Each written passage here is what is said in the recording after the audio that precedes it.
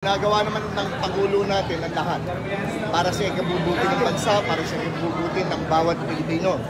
Pero binabatikos pa rin siya.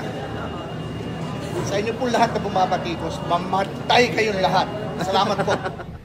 Nangyari sa boto namin, paano ko masasagot yun? Ang makakasagot lang nun, ang COMELEC.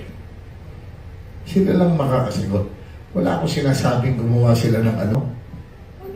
So welcome back to the channel, Professor Jason X here, where I talk about anything and everything. So nagpahayag ng saloobin ang veteranong aktor na si Philip Salvador kaugnay sa kalagayan ng bansa matapos ang halalan. Panayam, pahayag na kumakalat sa social media, sinabi ni Salvador, alam niyo po, madaming nagtatanong na kapwa Pilipino ano pong nangyari sa boto natin.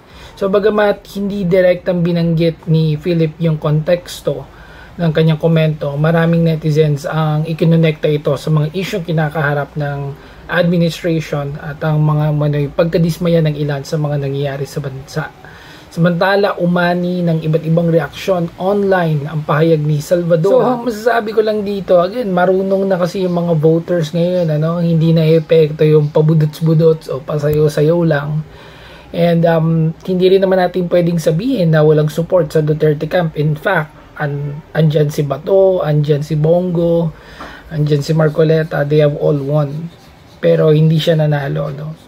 Medyo mautak na yung mga tao ngayon, hindi na basta-basta na pwedeng artista ka lang, boboto ka na. And clearly, wala naman siyang plataforma talaga na nabanggit. Bukod dun sa Bring Him Home. Bring him home! Bring him home! Bring him home! Bring him home! Pero again, baka nagkakamali ako or baka may hindi ako narinig sa mga sinabi niya. Let me know in the comments below and let's have a respectful conversation. Kayo, ano ba masasabi ninyo? Thank you so much for watching. I'll catch you in the next one. Peace.